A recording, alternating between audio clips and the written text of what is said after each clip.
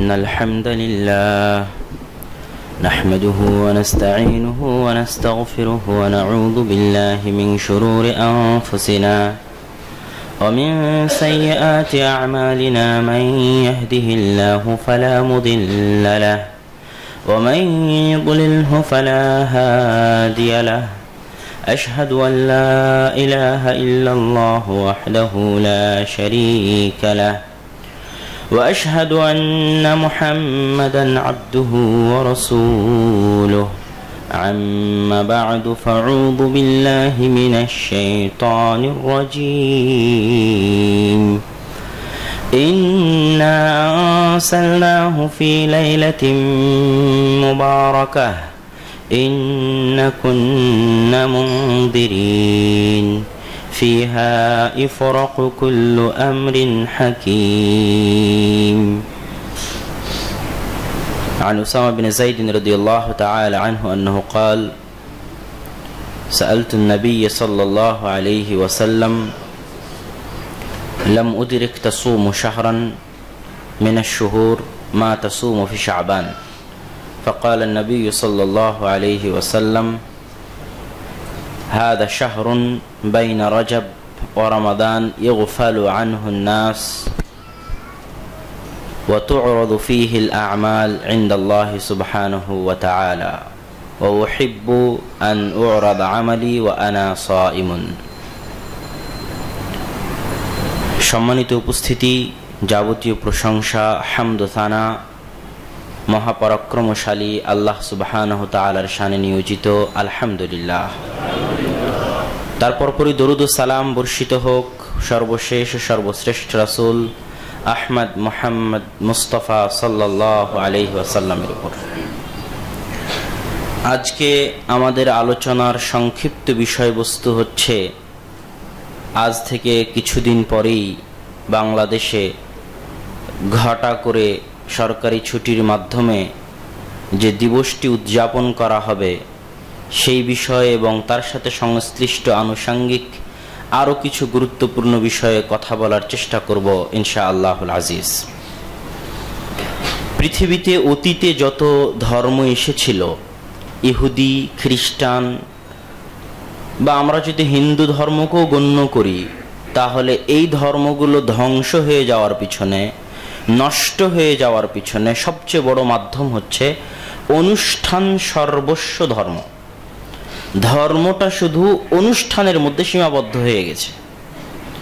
হিন্দুরা তাদের ধর্ম বুঝে না দুর্গা পূজা না আসলে, এই রকম কোনো পূজা, কোনো অনুষ্ঠান না আসলে তারা বুঝে না যে ধর্ম বলে পৃথিবীতে কিছু আছে।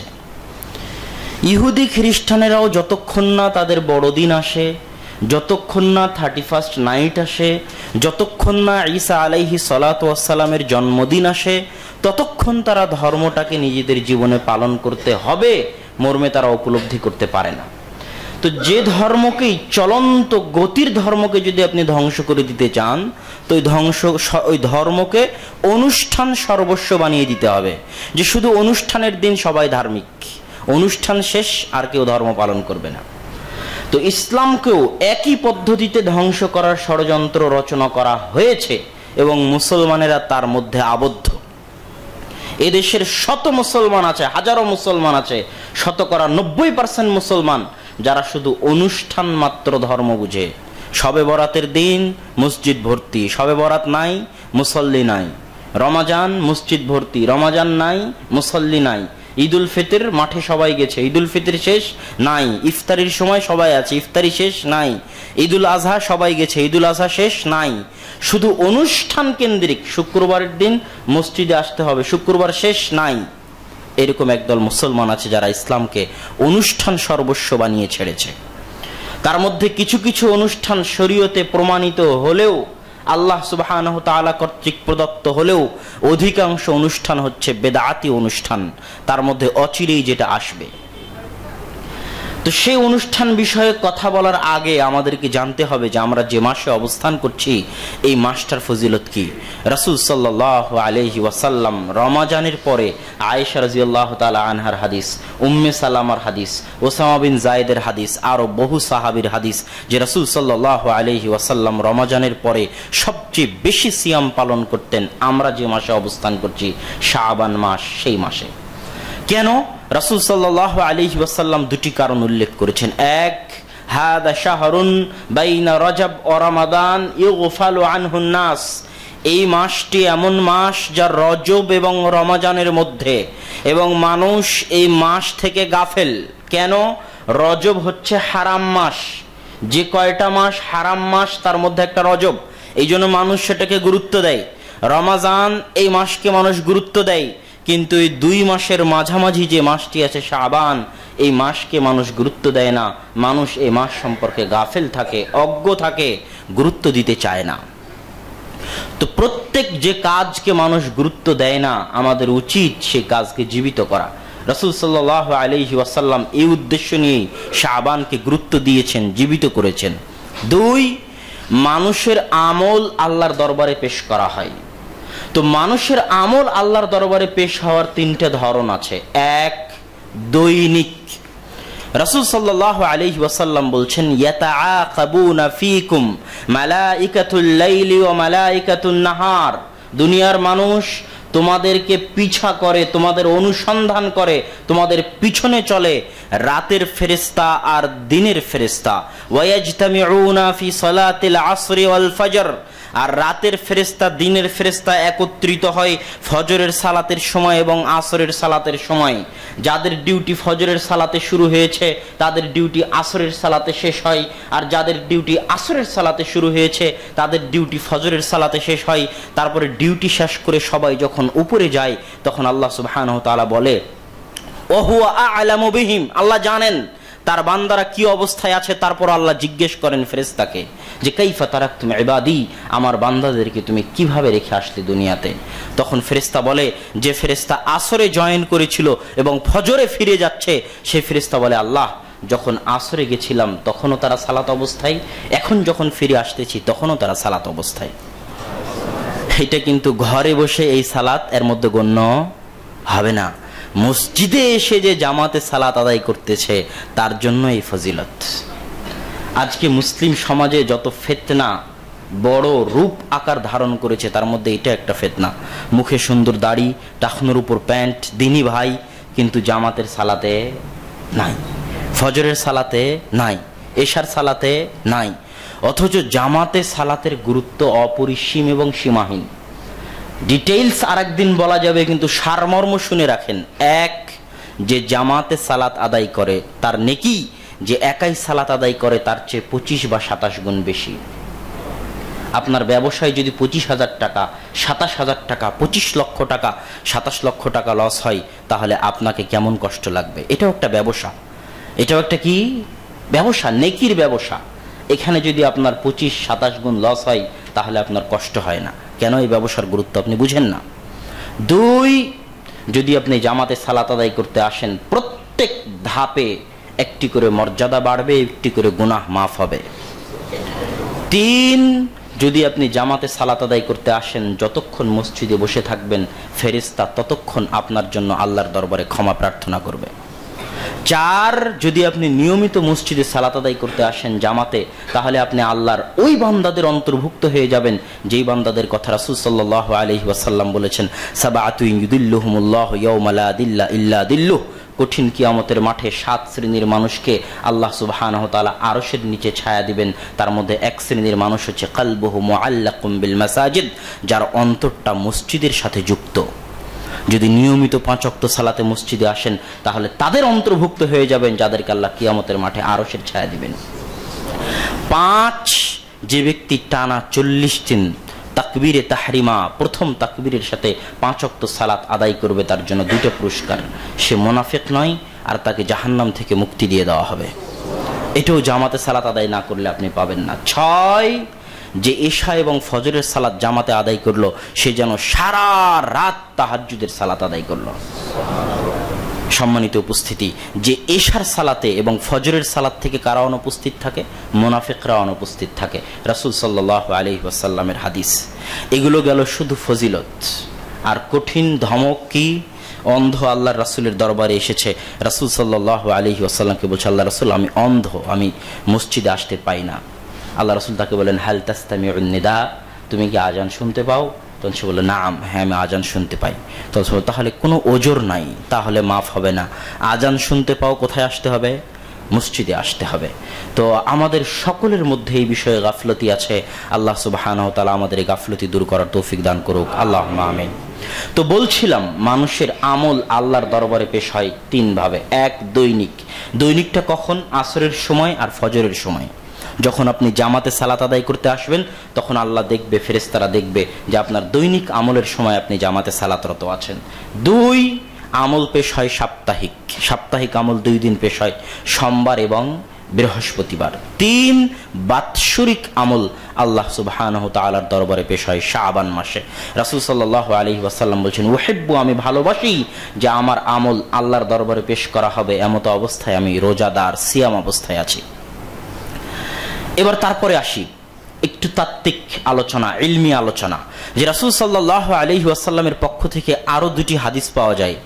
এই 2টি হাদিসের একটি হাদিস হচ্ছে, রাসূল সাল্লাল্লাহু আলাইহি ওয়াসাল্লাম বলছেন যে আফজালুস সাওমি বা'দা রমাদান শাহরুল্লাহিল মুহাররম, সর্বশ্রেষ্ঠ সিয়াম হচ্ছে আল্লাহর নিকটে রমজান মাসের পরে মুহররম মাসের সিয়াম, যেটাকে আমরা আশুরার সিয়াম বলি। সেটাকে আল্লাহ রাসূল কি বললেন? সর্বশ্রেষ্ঠ সিয়াম।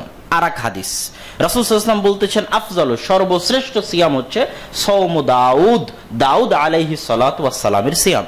দাউদ আলাইহিস সালাতু ওয়াস সালামের সিয়াম কি? ইয়াসুমু ইয়াওমান ওয়া ইফতিরু ইয়াওমান, একদিন সিয়াম রাখতেন আর একদিন ভাঙতেন। তথা আজকে সিয়াম থাকলে কাল ভাঙবেন, আবার পরের দিন রাখবেন, আবার ভাঙবেন, আবার তারপরের দিন রাখবেন। এভাবে যদি বছরের 12টা মাসের তিনি 6 মাসে কি থাকতেন? সিয়াম থাকতেন। এটা হচ্ছে দাউদ আলাইহিস সালাতু ওয়াস সালামের সিয়াম। তাহলে একদিকে শাবান মাসে রাসূল সাল্লাল্লাহু আলাইহি ওয়াসাল্লাম সবচেয়ে বেশি সিয়াম রাখতেন, আর একদিকে তিনিই বলতেছেন সর্বশ্রেষ্ঠ সিয়াম মুহররমের সিয়াম, আর একদিকে তিনিই বলতেছেন সর্বশ্রেষ্ঠ সিয়াম হচ্ছে দাউদ আলাইহিস সালাতু ওয়াস সালামের সিয়াম। তাহলে শ্রেষ্ঠ সিয়াম কোনটা? এটা একটা ইলমি আলোচনা। শেখ ইবনে রাজব আল হাম্বলি এবং ইমাম ইবনুল কাইয়িম রাহিমাহুল্লাহ তারা এই মাসালার সমাধান এইভাবে দিয়েছেন, এই মর্মে দিয়েছেন। কিভাবে দিয়েছেন? সেটা হচ্ছে, একটা ফরজ সালাতের আগে এবং পরে যেমন সুন্নাত থাকে, আজকে আমরা জুমার সালাত আদায় করলাম, তার আগে সুন্নাত পড়েছি এবং তারপরে সুন্নাত পড়ব। তো একটা ফরজ সালাতের আগে এবং পরে যেমন সুন্নাত থাকে, রাসূল সাল্লাল্লাহু আলাইহি ওয়াসাল্লাম মুহররমের হাদিসের পরের বাক্যে বলছেন, ওয়া আফজালুস সালাতি বা'দাল ফারিদাহ, ফরজ সালাতের পরে সর্বশ্রেষ্ঠ সালাত হচ্ছে কিয়ামুল লাইল, রাতের তাহাজ্জুদের সালাত। তাহলে ফরজ সালাতের আগে পরের সুন্নাতগুলো কই গেল? মানে ফরজ সালাতের আগে পরের সুন্নাতগুলো তো ফরজের সাথে সম্পৃক্ত। এগুলো বাদে যত নফল সালাত আছে, ইশরাকের সালাত, চাস্তের সালাত, সেগুলোর মধ্যে সর্বশ্রেষ্ঠ সালাত হচ্ছে কিয়ামুল লাইল। তো রাতের তাহাজ্জুদের সালাতের সাথে ফরজ সালাতের আগে পরে যে সুন্নাত, তার সম্পর্ক নাই। ঠিক তেমনি রমজান হচ্ছে একটি ফরজ মাস। এই ফরজ মাসটা যেমন ফরজ সালাতের মতো, ফরজ সালাতের আগে পরে যেমন সুন্নাত আছে, এই রমজানের আগে পরে তেমন সুন্নাত আছে। আগে শাবান, পরে শাওয়াল। শাওয়াল মাসের 6টি সিয়াম। তো এটা রমজান মাসের সাথে সম্পৃক্ত। এইভাবে যেমন ফরজ সালাতের আগে এবং পরে সুন্নাত, ঠিক সেই রকম। এবং রাসূল সাল্লাল্লাহু আলাইহি ওয়াসাল্লামের হাদিস দ্বারা স্পষ্ট হয়। কিভাবে? শাবান হচ্ছে রমজানের প্রস্তুতি, আর শাওয়াল হচ্ছে রমজানে যদি কোনো কমতি থাকে তাহলে সেই কমতিগুলোর পূরণ। তো শাবান এবং শাওয়াল মিলে রমজান একটি ফরজ, তার শাখা প্রশাখা, তার আগে পরে ফরজ সালাতের সুন্নাতের মতো হচ্ছে শাবান এবং শাওয়াল। অতএব শাবান এবং শাওয়াল বাদে সর্বশ্রেষ্ঠ সিয়াম হচ্ছে মুহররম মাসের সিয়াম। তাহলে দাউদ আলাইহিস সালাতু ওয়াস সালামের সিয়াম কোথায় যাবে? দাউদ আলাইহিস সালাতু ওয়াস সালামের সিয়ামটা সিয়ামের কারণে সর্বশ্রেষ্ঠ ছিল না, বরং আধিক্যতার কারণে সর্বশ্রেষ্ঠ ছিল। একদিন সিয়াম এই কারণে সর্বশ্রেষ্ঠ এরকম নয়, আধিক্যতা। 12 মাসের 6 মাসে সিয়াম রাখতেন। তো সেটা রাসূল সাল্লাল্লাহু আলাইহি ওয়াসাল্লাম আমাদের জন্য সহজ করে দিয়ে গেছেন। কিভাবে? আমাদের মুসলিম উম্মার একটা নেকি আল্লাহ সুবহানাহু ওয়া তাআলা 10 গুণ পর্যন্ত বাড়াতে থাকেন। তো কেউ যদি প্রতি মাসে আইয়ামে 20, 13, 14, 15 3 দিন সিয়াম রাখে তাহলে 10 গুণ বেড়ে 3 10 30। তো যেভাবে দাউদ আলাইহিস সালাতু ওয়াস সালাম সারা বছরের অর্ধেক বছর সিয়াম রাখতেন, আমরা যদি রাসূল সাল্লাল্লাহু আলাইহি ওয়াসাল্লামের সুন্নাতের অনুসরণ করি তাহলে সারা বছরই সিয়াম রাখার নেকি পাবো। অতএব আলোচনার সারমর্ম হচ্ছে যে শাবান এবং শাওয়াল হচ্ছে রমাজান ফরজের আগে এবং পরের সুন্নাত। এই দুটার বাইরে সর্বশ্রেষ্ঠ নফল সুন্নাত সিয়াম হচ্ছে মুহররমের সিয়াম, যেটা রাসূল সাল্লাল্লাহু আলাইহি ওয়াসাল্লাম বলেছেন। এবার আসি আমরা আমাদের আলোচনার দ্বিতীয় পর্বে, সেটা কি শবে বরাত। শবে বরাত বাংলাদেশে শব্দটা, আঙ্কেলও কিছুক্ষণ আগে বলছিলেন যে শবে বরাত বাংলাদেশে এই শব্দটাই উদ্ভট এবং অস্তিত্বহীন। কিভাবে? বাংলাদেশের মুসলমান বলবে যে শবে লাইলাতুল কদরের রজনী, বলে না? তো সব মানেও রাত, লাইলাতুন মানেও রাত, রজনী মানেও রাত। তো শবে লাইলাতুল কদরের রজনী, শবে লাইলাতুল কদরের রাত, তাহলে কদরের রাত রাত রাত 3 বার রাত চলে আসতেছে। শবে বরাতের রাত, শবে মানেও রাত আর পরে আবার রাত। তো বাঙালি জানেই না যে শবে বরাত কি। সব শব্দের অর্থটি ফার্সি রাত, আর বারাআহ আরবি শব্দ যার অর্থ মুক্তি। তারা মনে করে যে এই রাত্রে আল্লাহ সুবহানাহু ওয়া তাআলা মানুষকে পাপ থেকে মুক্তি দেন, কিন্তু এটা ভিত্তিহীন। কিভাবে ভিত্তিহীন? তাদের 1 নম্বর দলিল সূরা দুখানের 3-4 নম্বর আয়াতে আল্লাহ সুবহানাহু ওয়া তাআলা বলছেন, ইন্না আনজালনাহু ফি লাইলাতিন মুবারাকাহ ইন্না কুন্না মুনদিরিন ফিহা ইফরাকু কুল্লু আমরিন হাকিম, যে আমি এই কোরআনকে অবতীর্ণ করেছি লাইলাতুম মুবারাকাহ, বরকতময় রাত্রিতে, এবং এই রাত্রি আগামী সকল কিছুর সিদ্ধান্ত ফায়সালা গ্রহণ করা হয়। এই আয়াত পেশ করে একদল আলেম বলতে চান যে এখানে লাইলাতুম মুবারাকা দ্বারা শাবান মাসের 15 যে রাত, অর্ধ শাবানের যে রাত, শবে বরাতের যে রাত, সেই রাত উদ্দেশ্য। কিন্তু এটি ডাহা ভুল তথ্য এবং তাফসীর। দলিল সূরা বাকারার 185 নম্বর আয়াতে আল্লাহ সুবহানাহু ওয়া তাআলা বলেছেন, শাহরু রমাদান আল্লাযী উনজিলা ফীহিল কুরআন, রমাজান এমন একটি মাস যাতে আমি কোরআন অবতীর্ণ করেছি। অতএব যে লাইলাতুম মুবারাকার কথা সূরা দুখানের 3-4 নম্বর আয়াতে বলা হয়েছে যে আমি লাইলাতুম মুবারাকাতে কোরআন অবতীর্ণ করেছি, সেই লাইলাতুম মুবারাকা জরুরি ভিত্তিতে রমজানের মধ্যে হতে হবে। কেননা আল্লাহ স্পষ্ট বলে দিয়েছেন যে আমি কোরআন রমজান মাসে অবতীর্ণ করেছি। অতএব লাইলাতুম মুবারাকার রমজানের বাইরে হওয়ার কোনো চান্স বা কোনো অপশন নাই। আর যদি রমজানের মধ্যে হয় তাহলে আল্লাহ সুবহানাহু ওয়া তাআলা বলে দিয়েছেন, ইন্না আনজালনাহু ফি লাইলাতুল কদর, আমি লাইলাতুল কদরে কোরআনের অবতীর্ণ করেছি। অতএব লাইলাতুল কদর এবং লাইলাতুল মুবারাকা একই রাত, কোনো পার্থক্য নাই। যারা ওইটাকে শবে বরাতের রাত মনে করবে তাদের তাফসীর ভুল। উঠান তাফসীর গ্রন্থ, তাফসীর ইবনে কাসির উঠান, 7ম খণ্ডের 226 পৃষ্ঠা, তাফসীরে কুরতুবী উঠান, তাফসীরে বাগাবী উঠান, যত তাফসীর উঠাবেন সালাফে সালেহিনের একই তাফসীর যে লাইলাতুল মুবারাকা দ্বারা লাইলাতুল কদর উদ্দেশ্য। অতীতের কোনো সালাফে সালেহিন লাইলাতুল মুবারাকা দ্বারা শবে বরাতের রাত উদ্দেশ্য করেননি। তাদের দ্বিতীয় দলিল, তাদের দ্বিতীয় মজবুত, সবচেয়ে মজবুত এবং সবচেয়ে শক্তিশালী দলিল হচ্ছে এই হাদিসটি। সেই হাদিসটির বিষয়ে রাসূল সাল্লাল্লাহু আলাইহি ওয়াসাল্লাম বলছেন যে নিসফ শাবান, অর্ধ শাবানের রাত্রিতে ইয়ানজিলুল্লাহু সুবহানাহু ওয়া তাআলা ইলা সামাই দুনিয়া, নিচের আসমানে নেমে আসেন এবং মানুষকে তিনি ক্ষমা ঘোষণা করেন, ক্ষমা করে দেন। এই হাদিস নিয়ে কেন তাদের এটা শক্ত দলিল? এই হাদিসকে শেখ নাসিরউদ্দিন আলবানী রাহিমাহুল্লাহ হাসান বলেছে, এই হাদিসকে শেখুল ইসলাম ইবনে তাইমিয়া রাহিমাহুল্লাহ হাসান বলেছে, এই হাদিসকে ইমাম ইবনে হিব্বান হাসান বলেছে, এই হাদিসকে ইমাম মুনজিরি হাসান বলেছে। এইরকম তাদের পক্ষে এবং যত হানাফি আলেম আছে যারা শবে বরাত পালন করতে চায় তারা তো বলবেই, আবার আমাদের পক্ষ থেকে শেখ আলবানী এবং ইমাম ইবনে তাইমিয়ার মন্তব্য তারা নকল করে জোরপূর্বক পেশ করতে চায় যে শবে বরাতের অস্তিত্ব হাদিস দ্বারা প্রমাণিত। অতএব এই হাদিসের বিষয়টি আমাকে এবং আপনাকে, যদিও এটা দার্স নয়, জুমার খুতবা, দার্স হলে ডিটেইলস বিস্তারিত আলোচনা করা যেত এই হাদিসের উপর, কিন্তু কিছু সারমর্ম আপনাদের সামনে পেশ করতে চাই যাতে আপনাদের বুঝতে সুবিধা হয় যে কেন আমরা আলবানী রাহিমাহুল্লাহ বলার পরেও, ইবনে তাইমিয়া রাহিমাহুল্লাহ বলার পরেও আমরা মানতে চাই না বা চাচ্ছি না। এর 1 নম্বর কথা হচ্ছে, যারা আমাদের উপর অভিযোগ দেয় সারা দিন যে আমরা নাকি আলবানী রাহিমাহুল্লাহর মুকাল্লিদ, আমরা নাকি ইবনে তাইমিয়ার মুকাল্লিদ।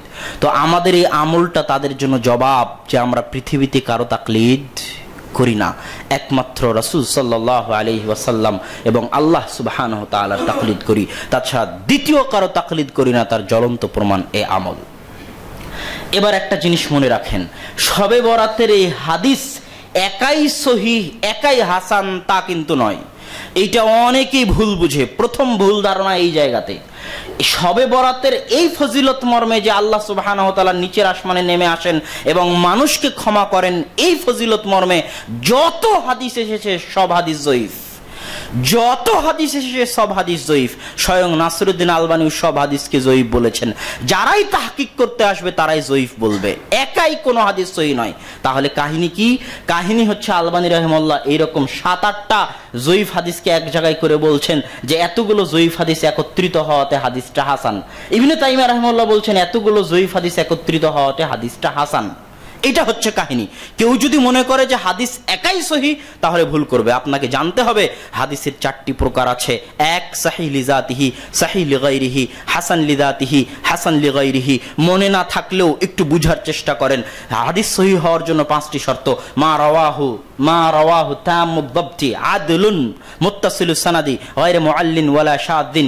যে হাদিসকে ন্যায়পরায়ণ রাবী বর্ণনা করে, স্মৃতিশক্তিতে মজবুত রাবী বর্ণনা করে, ছাত্র শিক্ষক শুনেছে, প্রমাণিত যে ছাত্রর নিকট থেকে শিক্ষক শুনেছে, শিক্ষক তার শিক্ষকের নিকট থেকে শুনেছে, কোনো বিচ্ছিন্নতা নাই। 4, হাদিস শাজ নয়, তার চাইতে বেশি সহিহ হাদিসের বিরোধী নয়। 5, হাদিসের মধ্যে কোনো গোপন ত্রুটি গোপন ইল্লাত নাই। এই 5টি শর্ত পাওয়া গেলে হাদিস সহিহ লিদাতিহি। যদি 5টি শর্তের মধ্যে শুধু স্মৃতি শক্তিতে অল্প দুর্বলতা, সামান্য দুর্বলতা যেটা কাটিয়ে ওঠা যাবে, সেই হাদিসকে বলে হাসান লিদাতিহি। এবার হাসান লিদাতিহি হাদিস যখন বিভিন্ন সানাদ থেকে আসে, যেমন শবে বরাতের হাদিসটা 7-8টা জায়গা থেকে আসার কারণে আলবানী রাহিমাহুল্লাহ বলতেছে এটা হাসান লিগাইরিহি। এরকম হাসান লিদাতিহি হাদিস যদি বিভিন্ন সানাদ থেকে আসে তাহলে ওটাকে বলে সহিহ লিগাইরিহি। আর এবার যে হাদিসের মধ্যে দুর্বলতা আছে কিন্তু হালকা দুর্বলতা, সেই হাদিস যখন বিভিন্ন সানাদ থেকে আসে সেই হাদিসকে বলে হাসান লিগাইরিহি। এটা হচ্ছে সহিহের সর্বনিম্ন স্তর। হাসান লিগাইরিহি হাদিস দুর্বল কিন্তু বিভিন্ন সানাদ থেকে আসার কারণে কেউ কেউ হাসান বলে।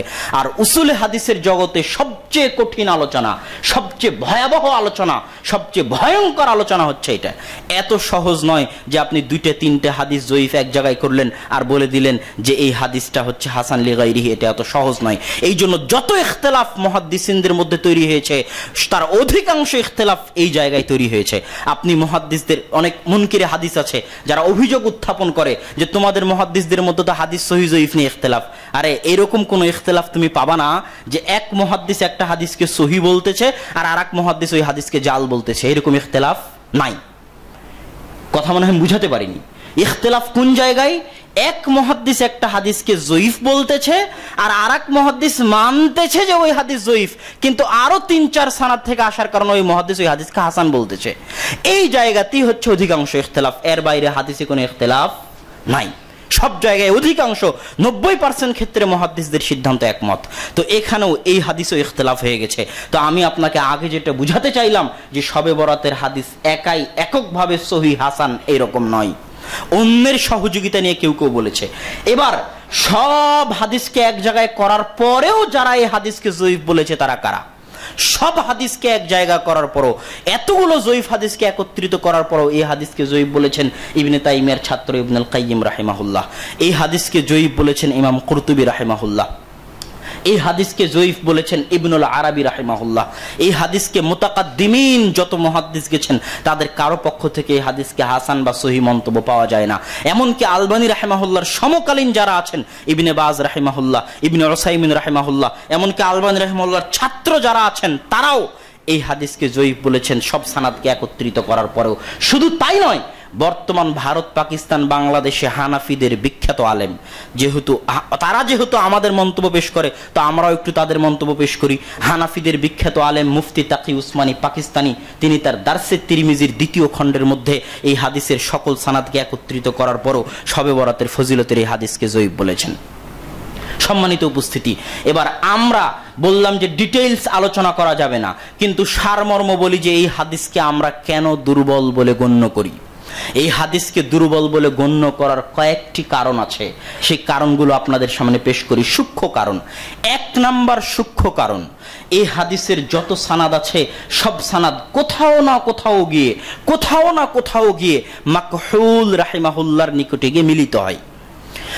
যখনই আপনি শাহেদ যে এই হাদিস বিভিন্ন সাহাবী থেকে এসেছে, শবে বরাতের হাদিস আয়েশা রাদিয়াল্লাহু তাআলা আনহা থেকে এসেছে, শবে বরাতের হাদিস উসামা বিন যায়েদ থেকে এসেছে, অমুকের নিকট থেকে এসেছে, তো এগুলোকে আপনি বলতেছেন এই হাদিসটা মজবুত করতেছে এতগুলো সানাদ থেকে আসার কারণে।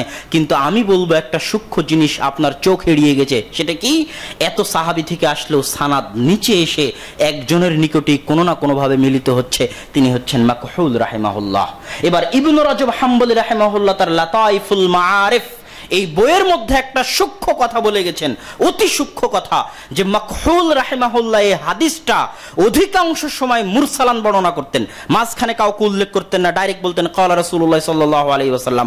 আর ওই মাঝখানের ব্যক্তিটা ছিল কাব আল আহবার, একজন ইহুদি পণ্ডিত, যিনি পরবর্তীতে মুসলিম হয়েছিলেন, এবং অনেক সানাদে সেটা স্পষ্ট হয়েছে যে মাকহুল রাহিমাহুল্লাহ এই হাদিসটা কাব আল আহবার থেকে শুনেছে, এবং কাব আল আহবার ইসরাইলি রিওয়ায়াতের মধ্যে থেকে এটা বর্ণনা করত যে ইসরাইলি রিওয়ায়াতে শবে বরাতের ফজিলতে এই আছে, সেখান থেকে মাকহুল রাহিমাহুল্লাহ নিতেন এবং বলতেন। কিন্তু এই সূক্ষ্ম বিষয়টা অনেকের চোখ এড়িয়ে গেছে। এটা 1 নম্বর সূক্ষ্ম বিষয়, যেটা ইবনে রাজব হাম্বলী রাহিমাহুল্লাহ তার লাতাইফুল মাআরিফের মধ্যে উল্লেখ করেছেন। 2, এই হাদিসের যতভাবে এই হাদিস বর্ণিত হয়েছে সব মাতানের মধ্যে, মাতান মানে মূল টেক্সট, সানাদ শেষ হওয়ার পর যেখান থেকে আল্লাহ রাসূলের কথা শুরু হয়, ওই টেক্সটের মধ্যে ইখতিলাফ আছে, ইজতিরাব। কোথাও বলতেছে, কোন হাদিসে বলতেছে আল্লাহ সুবহানাহু ওয়া তাআলা শেষ আসমানে নেমে এসে ক্ষমা করে দিবেন, কোনো শর্ত নাই, শর্ত ছাড়াই। আর এক হাদিসে বলতেছে আল্লাহ সুবহানাহু ওয়া তাআলা ক্ষমা করে দিবেন, শর্ত আছে। কি শর্ত? তাকে মুশরিক হওয়া যাবে না এবং তাকে মুশাহিন, হিংসা বিদ্বেষ রাখা যাবে না অন্য মুসলিম ভাইয়ের প্রতি। এই 2টা শর্ত আছে। আবার আরেক সানাদে এই 2 শর্তের জায়গায় অন্য শর্ত আছে, কি? কাতিলু নাফসিন, আত্মহত্যাকারী হওয়া হবে না। তো শর্তের মধ্যে ইখতিলাফ আছে। আরেক হাদিসে কোনো শর্তই নাই, সরাসরি ডাইরেক্ট ক্ষমার কথাও নাই। কি আছে? আল্লাহ সুবহানাহু ওয়া তাআলা নিচের আসমানে নেমে এসে বলেন হাল মিন মুস্তাগফির ইস্তাগফিরুনি, আছে কি কোনো ক্ষমা প্রার্থনাকারী যে আমার নিকটে ক্ষমা চাইবে? আছে কি কোনো সাহায্য প্রার্থনাকারী যে আমার নিকটে সাহায্য চাইবে? এখানে ক্ষমারও ঘোষণা নাই, শর্তও নাই। যদি এতটুকুই হয় তাহলে আল্লাহ সুবহানাহু ওয়া তাআলা প্রত্যেক দিন শেষ রাতের অংশে নিচের আসমানে নেমে এসে এই ডাক দেন। অতএব শবে বরাতের আলাদা কোনো ফজিলত তখন বাকি থাকে না। এটা প্রতিদিনের ব্যাপার। আল্লাহ সুবহানাহু ওয়া তাআলা প্রতিদিন নিচের আসমানে নেমে এসে এই আহ্বান করেন শেষ রাতে যে হাল মিন মুস্তাগফির ইস্তাগফিরুনি, আছে কি কোনো ক্ষমা প্রার্থনাকারী আমার নিকটে ক্ষমা চাইবে? যদি এতটুকু হয় তাহলে শবে বরাতের আলাদা কোনো ফজিলত বাকি থাকে না। 3 নাম্বার সূক্ষ্ম বিষয় হচ্ছে যে ইসলামী শরীয়তের যদি আমি ইহাতা করি, ইসলামী শরীয়তকে যদি চোখের সামনে নিয়ে আসি, পুরো ইসলামী শরীয়তকে, তাহলে ইসলামী শরীয়তকে চোখের সামনে আনলে আমি দেখতে পাবো যে ইসলামী শরীয়তের একটা সিস্টেম, একটা নিয়ম হচ্ছে যখনই কোনো ফজিলত দিয়েছে তখনই ফজিলতের সাথে আমল দিয়েছে, যখনই কোনো ফজিলত দিয়েছে তখন ফজিলতের সাথে আমল দিয়েছে। লাইলাতুল কদরের ফজিলত দিয়েছে, ফজিলতের সাথে আমল দিয়েছে যে লাইলাতুল কদরে রাত জেগে সালাত আদায় করতে হবে। যখন যেখানে ফজিলত দিয়েছে, মসজিদে নববীর ফজিলত দিয়েছে, ফজিলতটা কিভাবে পাবো? মসজিদে নববীতে গিয়ে সালাত আদায় করলে ফজিলত পাবো। কাবা ঘরের ফজিলত দিয়েছে, ফজিলত কিভাবে পাবো? সেখানে গিয়ে সালাত আদায় করলে ফজিলত পাবো, তাওয়াফ করলে ফজিলত পাবো।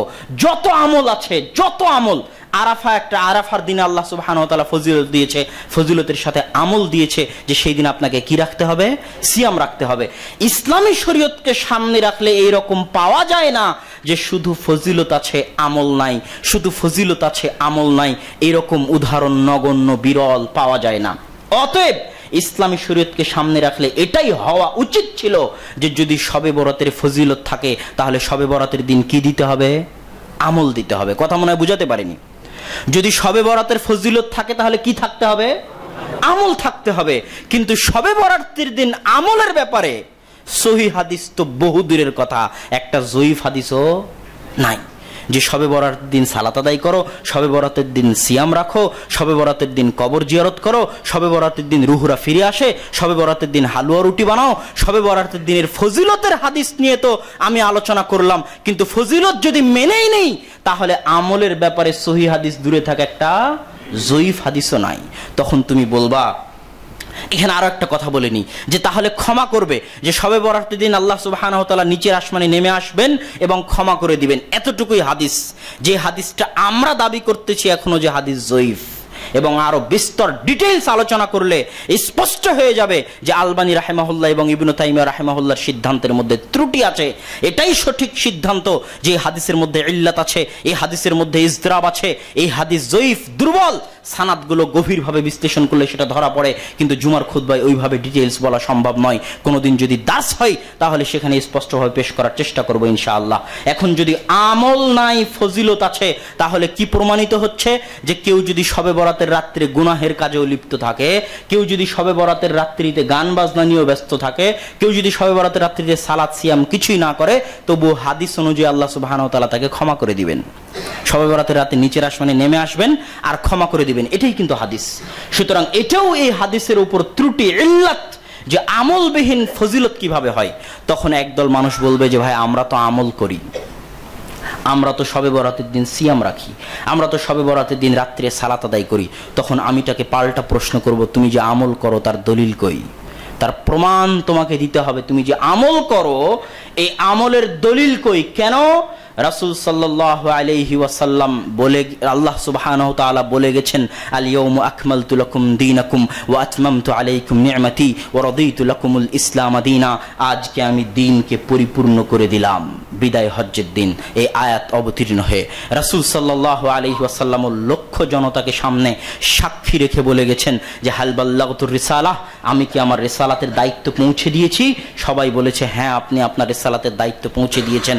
আল্লাহ রাসূল বলেছেন আল্লাহুম্মা শাহাদ, আল্লাহুম্মা শাহাদ, আল্লাহুম্মা শাহাদ, আল্লাহ তুমি সাক্ষী থাকো আমি আমার রিসালাতের দায়িত্ব পালন করে গেছি। তাহলে এবার রাসূল সাল্লাল্লাহু আলাইহি ওয়াসাল্লামের মৃত্যুর পরে যদি তুমি কিছু করতে চাও তাহলে তোমাকে দলিল দিয়ে করতে হবে। আমার এই কথার দলিল কি? আমার এই কথার দলিল শুনেন।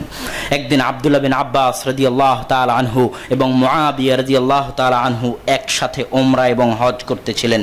তো কাবা ঘরের চারি সাইডে তাওয়াফ করতেছেন একই সাথে। আব্দুল্লাহ বিন আব্বাসও আছে, মুআবিয়াও আছে রাদিয়াল্লাহু তাআলা আনহুমা। তাওয়াফ করতে গিয়ে কাবা ঘরের যে চারটা কোণা আছে, এই চারটা কোণার এই কোণা যেটা হাজরে আসওয়াদ আর এই কোণা রুকনি ইয়ামানি, এই দুই কোণাতে রাসূল সাল্লাল্লাহু আলাইহি ওয়াসাল্লাম হাত লাগাতেন, হাত দিয়ে স্পর্শ করতেন। এবার মুআবিয়া রাদিয়াল্লাহু তাআলা আনহু এই দুই কোণা সহ বাকি যে দুইটা কোণা আছে ওই দুইটা কোণাতেও হাত দিতে লাগলেন।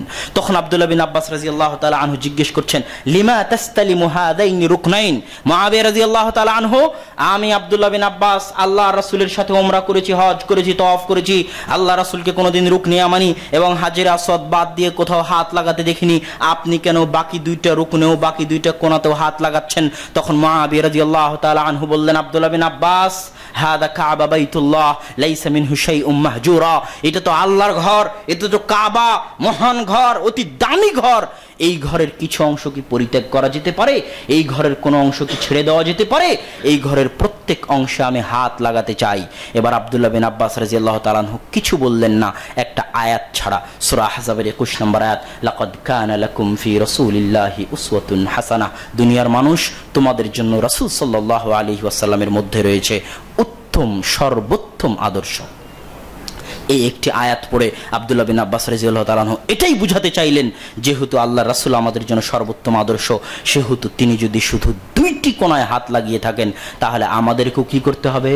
শুধু দুইটি কোণায় হাত লাগাতে হবে। আর একটা দলিল শুনেন। একদিন ইমাম মালিকের দরবারে একজন ব্যক্তি এসেছে, যা রাজুলুন ওয়াসাআলা ইমাম মালিক, উরিদু আন উহরিমা মিন কবরি রাসূলিল্লাহ সাল্লাল্লাহু আলাইহি ওয়াসাল্লাম, ইমাম মালিক, আমি আল্লাহর রাসূলের কবর থেকে ইহরাম বাঁধতে চাই। এটাও একটু বুঝতে হবে, এটা মদিনা। ইমাম মালিক হচ্ছেন মদিনার ইমাম, ইমাম দারিল হিজরা। মদিনার মানুষদের ইহরাম বাঁধার জায়গা হচ্ছে মক্কার দিকে 15-20 কিলোমিটার যেতে জুলহুলাইফা নামক একটা জায়গা আছে, ওখান থেকে রাসূল সাল্লাল্লাহু আলাইহি ওয়াসাল্লাম ইহরাম বাঁধতেন। ওটা হচ্ছে মদিনাবাসীর ইহরাম বাঁধার জায়গা, মক্কার দিকে যেতে 15-20 কিলোমিটার। তো এই ব্যক্তি ইমাম মালিককে এসে জিজ্ঞেস করতেছে, ইমাম মালিক, উরিদু আন উহরিমা মিন কবরি রাসূলিল্লাহ, ইমাম মালিক, আমি আল্লাহর রাসূলের কবরের পাশে থেকে আল্লাহর রাসূলের মসজিদ, শ্রেষ্ঠ মসজিদগুলোর একটি মসজিদে নববী থেকে ইহরাম বাঁধতে চাই। চাই, কোনো সমস্যা আছে কি? তখন ইমাম মালিক বলছেন, লা তাফআল আখশা আন তাকা ফিল ফিতনাহ, এইরকম করিও না, আমি ভয় পাচ্ছি যদি তুমি এইরকম করো তাহলে তুমি ফিতনার মধ্যে পতিত হবে। এবার ওই ব্যক্তির জবাব আর এক দুই দিন পরে যারা শবে বরাত পালন করবে তাদের জবাব একই। তারা কি বলবে? তারা বলবে যে আমরা তো সালাত আদায় করতেছি, সালাত আদায় করা কি খারাপ কাজ? সালাত আদায় করা তো ভালো কাজ। আমরা তো শবে বরাতের দিন সিয়াম রাখতেছি, সিয়াম রাখা কি খারাপ কাজ? সিয়াম রাখা তো ভালো কাজ। এমনকি শাহজালাল বিমানবন্দর থেকে যারা ইহরামের কাপড় পরে এবং শাহজালাল বিমানবন্দর থেকে যারা লাব্বাইক আল্লাহুম্মা লাব্বাইক বলে, তাদেরকেও যদি জিজ্ঞেস করেন যে ভাই আমাদের ইহরাম বাঁধার জায়গা তো ইয়ালামলাম, তো আপনি এখান থেকে কেন ইহরাম বাঁধছেন, এখানে কেন লাব্বাইক পড়তেছেন, তো তারও জবাব হবে একই জবাব যে জবাব ইমাম মালিককে ওই লোকটা দিচ্ছে। ইমাম মালিক যখন তাকে বলল তুমি এরকম করিও না, তখন ওই লোক কি বলতেছে? আইয়ু ফিতনাতিন হাদিহি ইল্লা আন আযিদা মিয়ালান। ইমাম মালিক কিসের ফিতনার কথা বলেন? এটা আবার কিসের ফিতনা? আমি যদি জুলহুলাইফা পার হয়ে চলে যেতাম তাহলে ফিতনা হতো, এটা বুঝতে পারতাম, কথা ঠিক আছে। আমি তো জুলহুলাইফা পার হয়ে চলে যাইনি, জুলহুলাইফার 15-20 কিলোমিটার আগে, তাও আবার আল্লাহ রাসূলের মসজিদে, তাও আবার আল্লাহ রাসূলের কবরের পাশ থেকে ইহরাম বাঁধতে চাই। এর মধ্যে ফিতনার আবার কি আছে আমার তো বুঝে আসে না। আপনি বলছেন আমি ফিতনায় পতিত হব।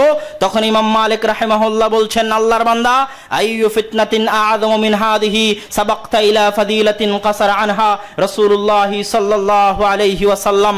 এ আল্লাহর বান্দা, এর চেয়ে বড় ফিতনা আর কি হতে পারে?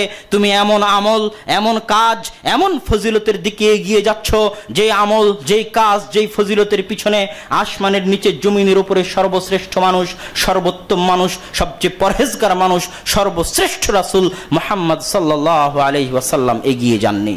এর চেয়ে বড় ফিতনা আর হতে পারে না। কেন এটা ফিতনা? যখন আপনি এই কাজে পা দিবেন যেটা রাসূল সাল্লাল্লাহু আলাইহি ওয়াসাল্লাম করেননি, তখন আপনি তাকে দুইভাবে অপমান করবেন। কিভাবে দুইভাবে? তার আগে একটা হাদিস শুনেন।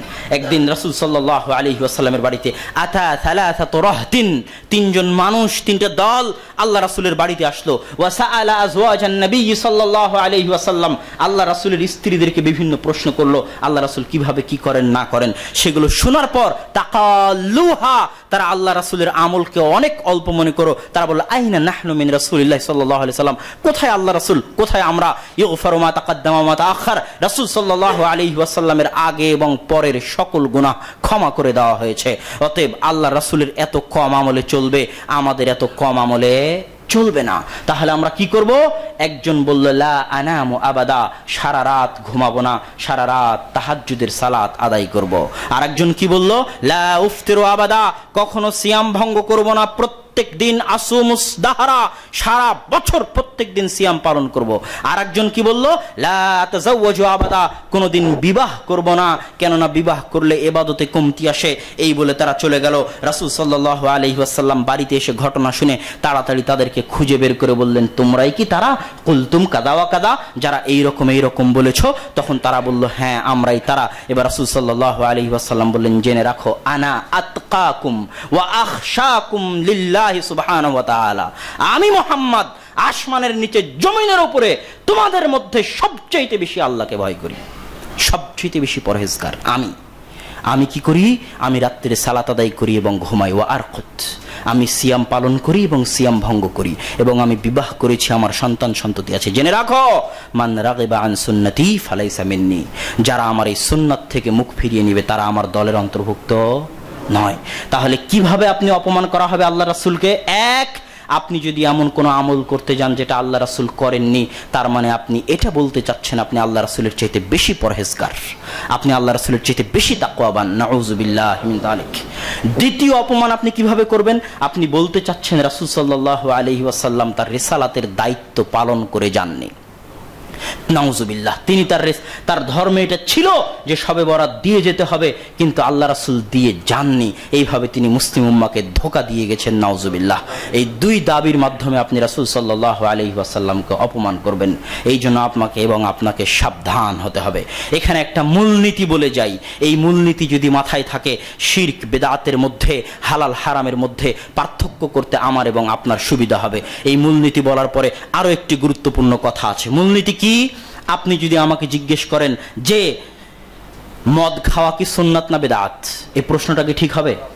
এই প্রশ্ন ঠিক হবে না। আপনাকে জিজ্ঞেস করতে হবে মদ খাওয়া হালাল না হারাম, তথা দুনিয়ার সাথে সম্পৃক্ত যা কিছু আছে, ব্যবসা বাণিজ্য, কোর্ট কাচারি, অফিস আদালত, ঘর বাড়ি, সংসার, বিবাহ শাদী, যা কিছু আছে দুনিয়ার সাথে সম্পৃক্ত, তার সাথে সম্পৃক্ত হুকুমের নাম হচ্ছে হালাল অথবা হারাম। আর ইবাদতের জগতে যা কিছু আছে, সালাত, সিয়াম, হজ, যাকাত, জিকির, আজকার, তাসবিহ, তাহলিল, তার সাথে সম্পৃক্ত হুকুমের নাম হচ্ছে সুন্নাত অথবা বেদাত। এবার মূলনীতি কি? হালাল এবং হারামের ক্ষেত্রে মূলনীতি হচ্ছে রাসূল সাল্লাল্লাহু আলাইহি ওয়াসাল্লাম তার হাদিসে, আল্লাহ সুবহানাহু ওয়া তাআলা তার কোরআনে যা হারাম করে গেছেন তা বাদ দিয়ে কিয়ামত পর্যন্ত যা যা আবিষ্কার হবে সবই হালাল। আল্লাহ তার কোরআনে এবং আল্লাহ রাসূল তার হাদিসে যা হারাম করেছেন তা বাদ দিয়ে কিয়ামত পর্যন্ত যা আবিষ্কার হবে সবই হালাল। আল্লাহ রাসূল তার হাদিসে বলেছেন, কুল্লু মুসকিরিন খামরুন ওয়া কুল্লু খামরিন হারামুন, প্রত্যেক নেশাদার জিনিস মদ আর প্রত্যেক মদই হচ্ছে হারাম। আর আল্লাহ কোরআনে বলেছেন মদ হচ্ছে হারাম। এখন কিয়ামত পর্যন্ত যত খাবার আবিষ্কার হবে, যেই খাবারের মধ্যে মাদকতা থাকবে না সেই খাবার কি? হালাল। সেটা পোলাও হোক, বিরিয়ানি হোক, পিৎজা হোক, বার্গার হোক, যেগুলো আল্লাহ রাসূলের যুগে ছিল না, কিয়ামত পর্যন্ত আরো যত নতুন খাবার হবে যেগুলোর মধ্যে আল্লাহ এবং আল্লাহ রাসূল যা হারাম করেছেন তা থাকবে না, সেটা কিয়ামত পর্যন্ত যত নতুনই হোক না কেন তা হালাল। আর সুন্নাত এবং বেদাতের ক্ষেত্রে নিয়ম হচ্ছে আল্লাহ সুবহানাহু ওয়া তাআলা তার কোরআনে যা বলেছেন, আল্লাহ রাসূল তার হাদিসে যা বলেছেন এবং তা করেছেন, তার বাইরে একটা চুল, একটা সরিষার দানা যদি কেউ ইবাদত করতে চায়, পালন করতে চায়, তাহলে একটা সরিষার দানা, একটা চুলের নাম হবে বেদাত। ওই ইমাম যত বড় হোক, যত বুজুর্গ হোক, যত বড় আলেমে দিন হোক, আমরা চ্যালেঞ্জ দিয়ে গেলাম, একটা চুলো যদি কেউ ইবাদত করতে চায়, একটা সরিষার দানাও যদি কেউ ইবাদত করতে চায়, দলিল দিয়ে ইবাদত করতে হবে। যদি দলিল না থাকে তাহলে একটা সরিষার দানা, একটা চুলের নাম বেদাত। এবং যে বেদাত করবে সে আল্লাহ রাসূলকে অপমান করবে, আর যে আল্লাহ রাসূলকে অপমান করবে কিয়ামতের মাঠেও আল্লাহ রাসূল তাকে অপমান করবে। যখন হাউজে কাউসারের পানি পান করাবেন তখন একদল মানুষ আসবে, ফাহালা বাইনাহু ওয়া বাইনি, রাসূল সাল্লাল্লাহু আলাইহি ওয়াসাল্লামের মাঝে এবং তাদের মাঝে আড় করে দেওয়া হবে। আল্লাহ রাসূল বলেন, নাহনু নাআরিফুহু, আমি তাদেরকে চিনি, কেন আড় করে দিলে? ফেরেশতারা বলবে, আপনি জানেন না আপনার মৃত্যুর পরে আপনার দিনের মধ্যে এরা পরিবর্তন সৃষ্টি করেছে। তখন রাসূল সাল্লাল্লাহু আলাইহি ওয়াসাল্লাম বলবেন, সুহকান সুহকান সুহকান লিমান গায়্যারা বাদি, দূর হও দূর হও দূর হও যারা আমার মৃত্যুর পরে আমার দিনের মধ্যে পরিবর্তন সৃষ্টি করেছো। এইভাবে রাসূল সাল্লাল্লাহু আলাইহি ওয়াসাল্লাম কিয়ামতের মাঠে আপনাকে অপমান করবেন। এখানে আরো একটা গুরুত্বপূর্ণ জিনিস, আমাদের যতই আমরা সহিহ আকীদার হই, যতই আহলে হাদিস হই, তবুও এই জায়গায় আমরা ভুল বিশ্বাস রাখি, ভুল আকীদা বা ভুল ধারণা রাখতে পারি। এই সূক্ষ্ম জিনিসটাও মনে করে যেতে হবে আপনাকে। সূরা মুলকের 2 নম্বর আয়াতে আল্লাহ সুবহানাহু ওয়া তাআলা বলছেন, আল্লাযী খালাকাল মাউতা ওয়াল হায়াতা লিয়াবলুয়াকুম আইয়ুকুম আহসানু আমালা। আল্লাহ সুবহানাহু ওয়া তাআলা জীবন মৃত্যু সৃষ্টি করেছেন এটা দেখার জন্য যে তোমাদের মধ্যে কে উত্তম আমল করে। আল্লাহ সুবহানাহু ওয়া তাআলা এটা বলেননি যে তোমাদের মধ্যে কে অধিক আমল করে, তিনি কি বলেছেন? উত্তম আমল করে। এবং সারা কোরআন খুঁজেন, কোরআনের যেখানে আমলের কথা বলেছেন আল্লাহ সুবহানাহু ওয়া তাআলা সেখানে শুধু আমল বলেননি, বলেছেন আমিলা আমালান সালিহ ইয়ামালুস সালিহাত, উত্তম আমল, উত্তম আমলের কথা সেখানে বলেছেন, সৎ আমলের কথা বলেছেন। তথা কেউ যদি 1000 রাকাত সালাত আদায় করে, 1000 দিন সিয়াম রাখে, আর সেটা যদি উত্তম না হয়, সৎ না হয়, তাহলে সেই সিয়ামের কোনো মূল্য নাই, সেই সিয়ামের কোনো দাম নাই, সেই ইবাদতের কোনো দাম নাই। এর একটা সিজদাও যদি হয়, কিন্তু ওই একটা সিজদা যদি উত্তম হয়, সৎ হয়, তাহলে ওই একটা সিজদার দাম আছে, একটা সিজদার মূল্য আছে আল্লাহ সুবহানাহু ওয়া তাআলার দরবারে। তাহলে আমি এবং আপনি উত্তম আমল কিভাবে করব? আমার এবং আপনার আমল তখনই উত্তম হবে যখন আমার এবং আপনার আমলের মধ্যে 2টি শর্ত থাকবে। এক, ইখলাস, আল্লাহ সুবহানাহু ওয়া তাআলার সন্তুষ্টি থাকবে, তখন আমি এবং আপনি সেটা আমার আমলটা উত্তম আমলের অন্তর্ভুক্ত হবে। আর যদি ইখলাস না থাকে তাহলে আমার এবং আপনার আমল, মন দিয়ে শুনে রাখেন, আমার এবং আপনার আমল যদি ইখলাস না থাকে তাহলে জান্নাতে নিয়ে যাওয়া তো বহু দূরের কথা, কোথায় নিয়ে যাবে? জাহান্নামে নিয়ে যাবে। আমল জাহান্নামে নিয়ে যাবে। আমল, সালাত, সিয়াম, হজ, যাকাত, আল্লাহ রাস্তায় শহীদ হয়ে গেছে, কোটি টাকা দান করেছে, সারা জীবন কোরআন এবং হাদিসের দাওয়াত দিয়ে গেছে, আমল করে গেছে, আমল তাকে জাহান্নামে নিয়ে যাবে যদি ইখলাস না থাকে। 2, ইত্তিবাউ সুন্নতি রাসূলিল্লাহ, রাসূল সাল্লাল্লাহু আলাইহি ওয়াসাল্লামের সুন্নাতের অনুসরণ। যদি সুন্নাতের অনুসরণ না থাকে, যদি বিদআত চলে আসে, তাহলে কি হবে? তাহলেও একই অবস্থা, আপনার বেদাতি আমল আপনাকে জান্নাতে নিয়ে যাওয়া তো বহু দূরের কথা, আপনাকে জাহান্নামে নিয়ে চলে যাবে। বক্তব্যের শেষ কথা, প্রত্যেক যখন যেখানে বেদাত ঢুকে তখন সেখান থেকে একটা সুন্নাত উঠে যায়। প্রত্যেক যখন যেখানে বেদাত ঢুকে তখন সেখান থেকে একটা সুন্নাত উঠে যায়। সালাত শব্দের অর্থ হচ্ছে দোয়া করা। সালাত শব্দের অর্থ কি? দোয়া করা। পুরো সালাতটাই আল্লাহ সুবহানাহু ওয়া তাআলা দিয়েছেন দোয়ার জন্য। যখন সারা বিপদে পড়লো, জালেম বাদশাহ তার গায়ে হাত দিতে গেল, তখন সারা আল্লাহর নিকটে দোয়া করার জন্য কিসে দাঁড়িয়ে গেল? সালাতে দাঁড়িয়ে গেল। রাসূল সাল্লাল্লাহু আলাইহি ওয়াসাল্লাম যখনই বিপদে পড়তেন বাদারা ইলা সালাহ, সালাতে দাঁড়িয়ে যেতেন। তাহলে দুয়ার সবচেয়ে বড় মাধ্যম কি? সালাত। এই জন্য সালাত মানেই দোয়া। সালাতুল জানাজাহ মানে জানাজা যে মারা গেছে মৃত ব্যক্তি তার জন্য দুয়ার সালাত। সালাতটাই করা হয়েছে তার জন্য দোয়া হিসেবে। সালাত মানেই দোয়া। সালাম ফিরানোর আগে যত পারেন দোয়া করেন। এবার সালাম ফিরানোর পরে কুতুবে সিত্তার যত গ্রন্থ আছে খুলে দেখেন, সব গ্রন্থে শুধু জিকির আজকার, জিকির আজকার, সুবহানাল্লাহ, আলহামদুলিল্লাহ, আল্লাহু আকবার। তো সালাম ফিরানোর পরে জিকির আর সালাম ফিরানোর আগে কি? দোয়া। এবার যখন একটা বেদাত ঢুকলো যে সালাম ফিরানোর পরে একসাথে হাত তুলে কি করতে হবে? দোয়া করতে হবে, তখন একটা সুন্নাত উঠে গেল, সেটার নাম কি? জিকির। কথা মনে হয় বুঝাতে পারিনি। এরকম প্রত্যেক জায়গায় যখন যেখানে একটা করে সুন্নাত, একটা করে বেদাত ঢুকেছে তখন সেখান থেকে একটা করে সুন্নাত উঠে গেছে। পুরো শাবান মাসের সুন্নাত ছিল রাসূল সাল্লাল্লাহু আলাইহি ওয়াসাল্লাম রমজানের পরে সবচেয়ে বেশি সিয়াম পালন করতেন শাবান মাসে। একটা লোকও পাবেন না সিয়াম পালন করার, আল্লাহ রাসূলের এই সুন্নাতের অনুসরণ করার। কেন? এই শাবান মাসে একটা বেদাত ঢুকে গেছে, তার নাম শবে বরাত। সবাই অপেক্ষায় আছে এই শবে বরাতের দিনে ইবাদত করবে, গান করবে, বক্তা নিয়ে আসবে, আলোচনা করবে, খাওয়া দাওয়া করবে, হালুয়া রুটি করবে। এই শবে বরাতের এক বেদাতের কারণে রাসূল সাল্লাল্লাহু আলাইহি ওয়াসাল্লামের এক মহান সুন্নাত হারিয়ে গেছে। আমাকে এবং আপনাকে সেই সুন্নাত উজ্জীবিত করতে হবে, পুনরায় সেই সুন্নাত নিয়ে আসতে হবে।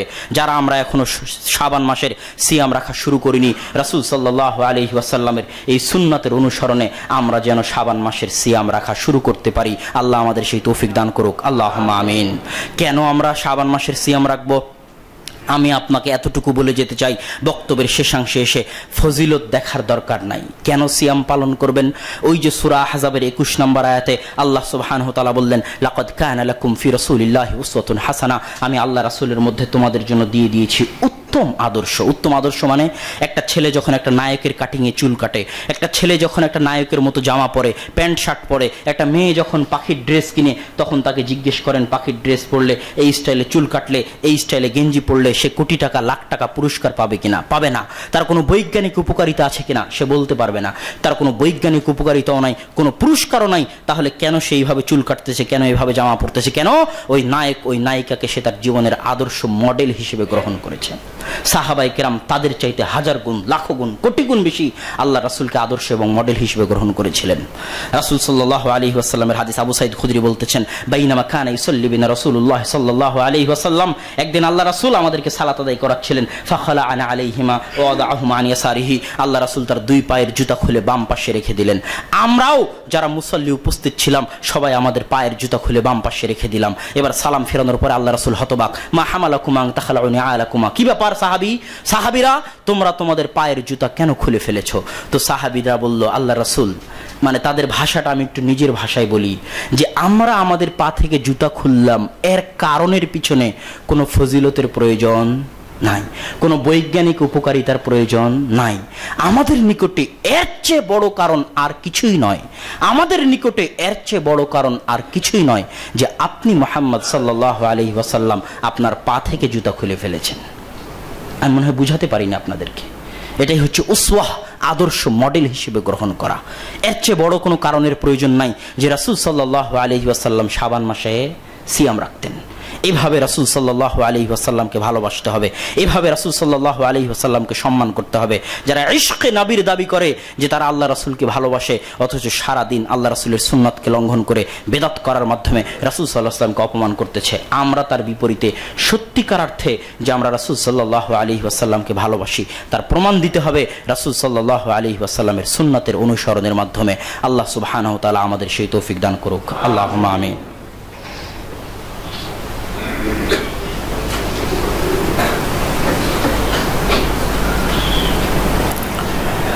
الحمد لله وحده والصلاة والسلام على من لا نبي بعده يا أيها الذين آمنوا صلوا عليه وسلموا تسليما اللهم صل على محمد وعلى آل محمد كما صليت على إبراهيم وعلى آل إبراهيم إنك حميد مجيد اللهم بارك على محمد وعلى آل محمد كما باركت على إبراهيم وعلى آل إبراهيم إنك حميد مجيد বক্তব্যের মধ্যে একটা গুরুত্বপূর্ণ জিনিস ছুটে গেছে। সেই জিনিসটা হচ্ছে অনেক সময় এই শবে বরাতের হাদিসকে পেশ করে বলা হবে যে এই জয়ীফ হাদিস ফাজাইলে আমলে আমলযোগ্য, ফাজাইলে আমলের ক্ষেত্রে। সেটার ক্ষেত্রে দুটো কথা বলবো বলে চিন্তা করেছিলাম কিন্তু ভুলে গেছি। এক নম্বর কথা, আল হাদিস সাহিহা মুগনিয়াতুন আনিল আহাদিস আদ-দাঈফা। যত সহিহ হাদিস আছে, যেই বলবে জয়ীফ হাদিসে আমল করতে চাবো, আমল করব, তাকে সর্বপ্রথম কথা এটা হবে, বেটা যত সহিহ হাদিস আছে কয়টা সহিহ হাদিসের উপর তুমি আমল করেছো? যত সহিহ হাদিসে আমলের কথা আছে, সহিহ হাদিসে প্রত্যেক দিন 12 রাকাত সুন্নাতের কথা আছে, কয়দিন 12 রাকাত সুন্নাতের আমল করেছো? সহিহ হাদিসে 4টা ইশরাকের সালাতের কথা আছে, কয়দিন 4টা ইশরাকের সালাত আদায় করেছো? সহিহ হাদিসে তাহাজ্জুদের সালাতের কথা আছে, কয়দিন তাহাজ্জুদের সালাত আদায় করেছো? সহিহ হাদিসে যত আমলের কথা আছে, এই আমলগুলো শেষ করতে পারবা না আদায় করে, আর জয়ীফ হাদিসের পিছনে ছুটো। যদি ঈমান থাকে তাহলে আগে সহিহ হাদিসের উপর আমল করে শেষ তো করো। যদি সহিহ হাদিসের উপর আমল করে শেষ করে তোমার না কুলাই, তাহলে বলিও যে জয়ীফ হাদিসে আমলটা আছে, সেই আমলটা আমি করব। সহিহ হাদিসে শাবান মাসের সিয়ামের কথা আছে, কয়দিন তুমি শাবান মাসে সিয়াম রেখেছো? আর শবে বরাত পালন করার জন্য জয়ীফ হাদিসের পিছনে ছুটো। লজ্জা থাকা দরকার, শরম থাকা দরকার। আগে সহিহ হাদিসের উপর আমল করে শেষ করো, তারপরে জয়ীফ হাদিস খোঁজো। 2 নাম্বার, তারা যে একটা দলিল পেশ করে জয়ীফ হাদিসের পিছনে আমল করার জন্য, যে আব্দুর রহমান বিন মাহদি, আহমদ বিন হাম্বল, তারা বলেছেন যে ইদা রাওয়াইনা ফিল হালালি ওয়াল হারামি তাশাদ্দাদনা ও ইদা রাওয়াইনা ফিল ফাদাইলি তাসাহালনা। আমরা যখন হালাল হারামের বর্ণনা করি তখন শক্ত কঠোর হয়ে যাই, আর যখন আমরা ফাজাইলের বর্ণনা করি, ফাজাইলে আমল, তখন আমরা নরম হই, ঢিল দেই, তাসাহুল করি। কার কথা? আহমদ বিন হাম্বলের কথা, আব্দুর রহমান বিন মাহদির কথা।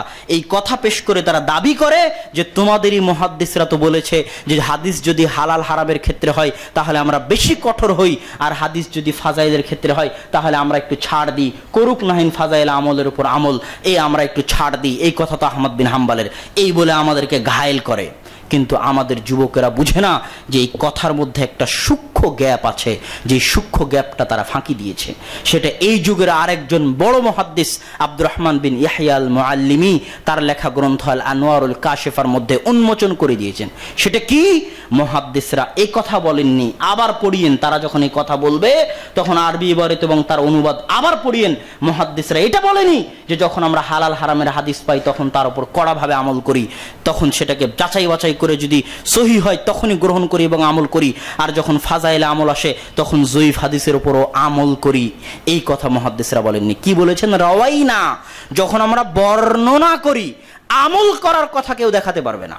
মুহাদ্দিসরা বলেছেন বর্ণনা করি, যখন আমরা হালাল হারামের হাদিস বর্ণনা করি তখন একটু কঠোর হই, আর যখন ফাজাইলে আমলের হাদিস বর্ণনা করি, আমল করি নয়, বর্ণনা করি, তখন আমরা একটু ঢিল দেই। কেন ঢিল দেন? কেননা যখন ফাজাইল আমলের ক্ষেত্রে যারা শর্ত দিয়েছে আমল করা যাবে, তাদের শর্তের একটা শর্ত হচ্ছে তাহতা আসলিন আমিন, এমন মূল আসল হতে হবে যে আসলটা সাবেত। যেমন আপনাকে উদাহরণ দেই, না দিলে বুঝবেন না। একটা উদাহরণ হচ্ছে প্রত্যেক দিন 12 রাকাত সুন্নাতের পক্ষে সহিহ হাদিস আছে, এটা আসলুন সাবেত, তার পক্ষে সহিহ হাদিস আছে। এখন যদি বাই চান্স কোনো জয়ীফ হাদিস ওই 12 রাকাত সালাত, যেই 12 রাকাত সুন্নাত সালাত সহিহ হাদিস দ্বারা প্রমাণিত, ওই 12 রাকাত সুন্নাত সালাতের ফজিলতে যদি কোনো জয়ীফ হাদিস আছে, তখন সেটাকে চালানো যেতে পারে, বর্ণনা করা যেতে পারে, যেহেতু তার আসল সাবেত। কথা মনে হয় বুঝাতে পারলাম না? যেমন আরো একটি ফজিলতের, যেমন তাহাজ্জুদের সালাতের ফজিলত, শাবান মাসের সিয়ামের ফজিলত, যে রাসূল সাল্লাল্লাহু আলাইহি ওয়াসাল্লাম শাবান মাসে অধিক সিয়াম রাখতেন। তো আসল সাবেত যে শাবান মাসে অধিক সিয়াম রাখতে হবে, এটা সহিহ হাদিস দ্বারা প্রমাণিত। এখন যদি কোনো ফজিলতের হাদিস আছে জয়ীফ, যেটাতে শাবান মাসে অধিক সিয়াম রাখা যাবে তার ফজিলত, তাহলে সেটা মুহাদ্দিসরা বর্ণনা করতেন। কেন বর্ণনা করতেন? যাতে পরবর্তীতে আসা মুহাদ্দিসরা বহু জয়ীফ হাদিসকে জমা করে গবেষণা করতে পারে যে এই বর্ণনাটা সঠিক না বেঠিক, এই বর্ণনাটা হাসান না জয়ীফ। এই জন্য তারা বর্ণনা করতেন, আমল করার কথা বলেননি। বর্ণনা করার পিছনে অনেক রহস্য আছে, অনেক কাহিনী আছে। কি কাহিনী? তারা বর্ণনা সানাদ সহ করতেন। আমি সানাদ সহ বর্ণনা করলাম মানে আমার দায়িত্ব শেষ। কিভাবে দায়িত্ব শেষ? পরবর্তীতে যারাই আসবে তারাই সানাদ বিশ্লেষণ করে দেখবে এই হাদিস সহিহ না এই হাদিস জয়ীফ, অতএব আমি সানাদ সহ বর্ণনা করে দিলাম। দুই, আমি যখন বর্ণনা করে দিলাম তখন পরবর্তীতে যারা গবেষণা করতে আসবে তারা দেখবে যে এই হাদিস এইরকমই আরো 10টা হাদিস তো আমি পাচ্ছি যেটা হয়তো আমি জানি না, আমি আহমদ বিন হাম্বল জানি না, এইরকম আরো 10টা হাদিস আছে। পরবর্তীতে যারা আসবে তারা জানতে পারবে, তখন সব হাদিসকে একত্রে করে তাদের সিদ্ধান্ত নেওয়া সুবিধা হবে। এই জন্য আমরা বর্ণনা করি, আমল করার কথা কোথাও নাই। অতএব এই কথায় বিভ্রান্ত হওয়া যাবে না যে ফাজাইলে আমলের ক্ষেত্রে আমল করার কথা জয়ীফ হাদিসের উপর মুহাদ্দিসরা বলেছে, এটা দাহা মিথ্যা অপবাদ। তারা বর্ণনা করতেন, শুধু এতটুকু বলেছেন, আমলের কথা কোনো মুহাদ্দিস বলেননি। আল্লাহ সুবহানাহু ওয়া তাআলা আমাদেরকে হেদায়েত দান করুক। আল্লাহুম্মা আমিন। يا أيها الذين آمنوا صلوا عليه وسلموا تسليما اللهم صل على محمد وعلى آل محمد كما صليت على إبراهيم وعلى آل إبراهيم إنك حميد مجيد اللهم بارك على محمد وعلى آل محمد كما باركت على إبراهيم وعلى آل إبراهيم إنك حميد مجيد ربنا ظلمنا أنفسنا وإن لم تغفر لنا وترحمنا لنكونن من الخاسرين ربنا آتنا في الدنيا حسنة وفي الآخرة حسنة وقنا عذاب النار ربنا آتنا في الدنيا حسنة وفي الآخرة حسنة وقنا عذاب النار رب ارحمهما كما ربياني صغيرا رب ارحمهما كما ربياني صغيرا ربي زدنا علما ربي زدنا علما اللهم انصر من نصر دين محمد صلى الله عليه وسلم واجعلنا منهم اللهم اخذل من خذل دين محمد صلى الله عليه وسلم ولا تجعلنا منهم اللهم انصر المؤمنين والمجاهدين في كل مكان واخذل الكفرة واليهود والنصارى والمشركين في كل مكان سبحان ربك رب العزة عما يصفون وسلام على المرسلين والحمد لله رب العالمين